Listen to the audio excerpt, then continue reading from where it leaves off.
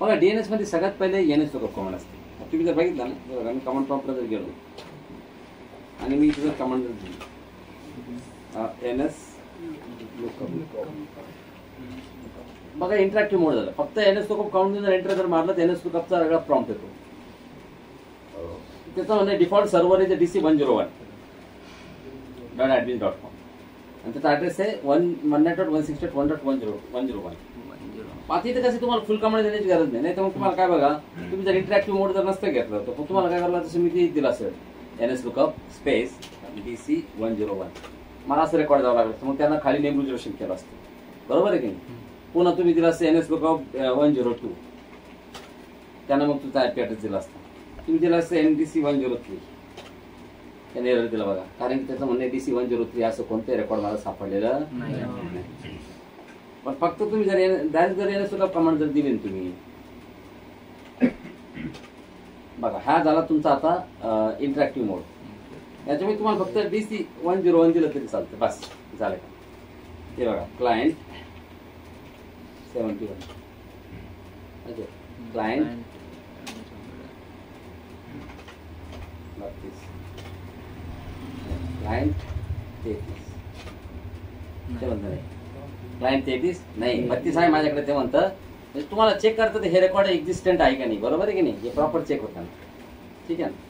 तर अशा प्रकारे तुम्ही हे इथं परफॉर्म करू शकता. एनएस लुकअप बरोबर ते तुम्ही काही तिथे interactive mode using the default server, interactive mode जर घेतलं तर डिफॉल्ट सर्व्हर वापरून, बरोबर आहे की.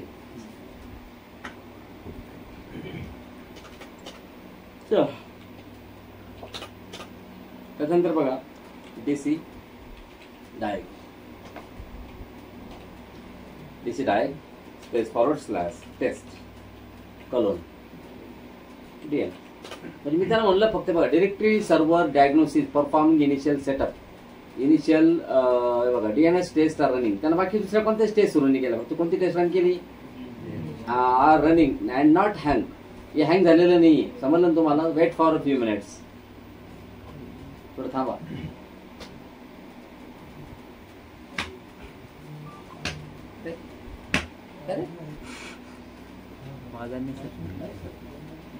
कसं वाजलं पाहिजे बाय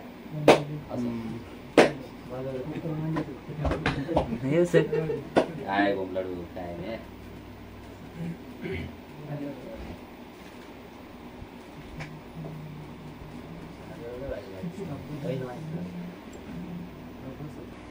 बघा पास फेल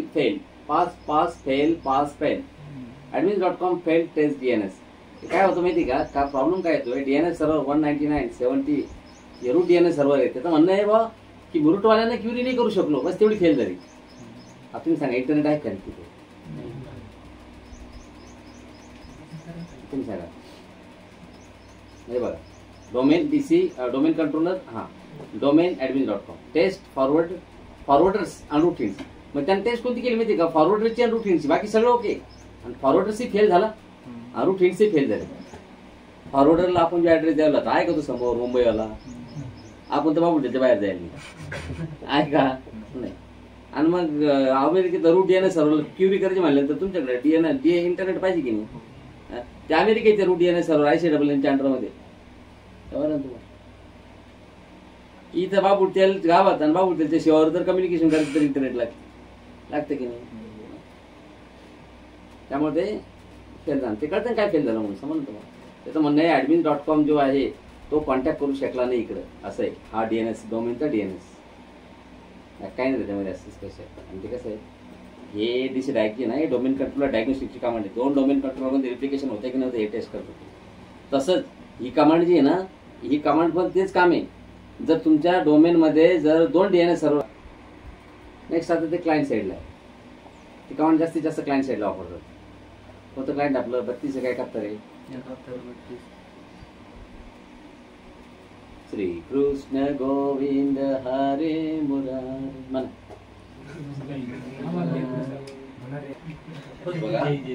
कन्सेप्ट काय माहितीये का आमचा, चला हे बघा आपण क्लायंट चालू केलंय. आता जसे क्लायंट स्टार्ट केलं कमांड ऐकतोय तुम्हाला चालतं ठीक आहे. त्यानंतर हे बघा मी जर इथे कमांड जर दिली ipconfig स्पेस // डिस्प्ले DNS, तर सध्या तुमचं जे नेम रिझोल्युशन झालेलं आहे आतापर्यंत ते नेम रिझोल्युशन तुम्हाला दाखवतं. ते म्हणजे कोणकोणते रेकॉर्ड्स त्यांनी रिझॉल्व्ह केले आतापर्यंत.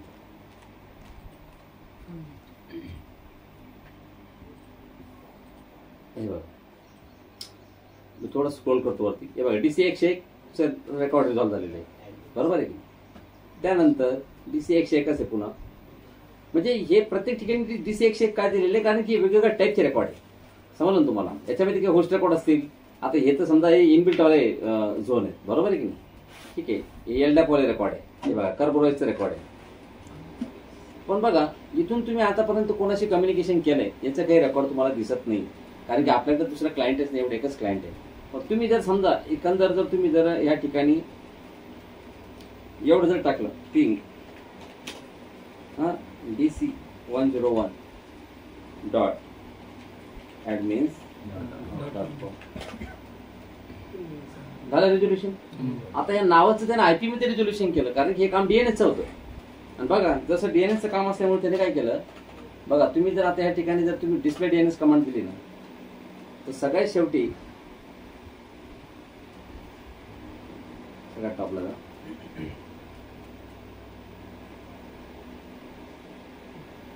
आपण एक काम करू सर त्याला आता असं कळत नाही ना. तर ipconfig स्पेस // DNS काय देऊ आपण आता फ्लश. म्हणजे DNS रिझॉल्व्हर कॅचे तुम्हाला पर्ज करायची. Yes it is successfully purged. Now C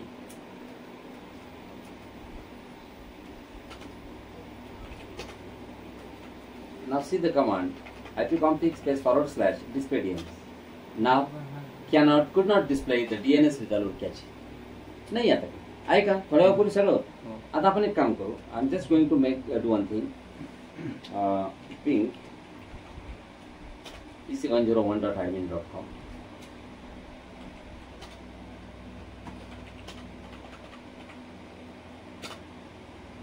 आलं नाही रेकॉर्ड.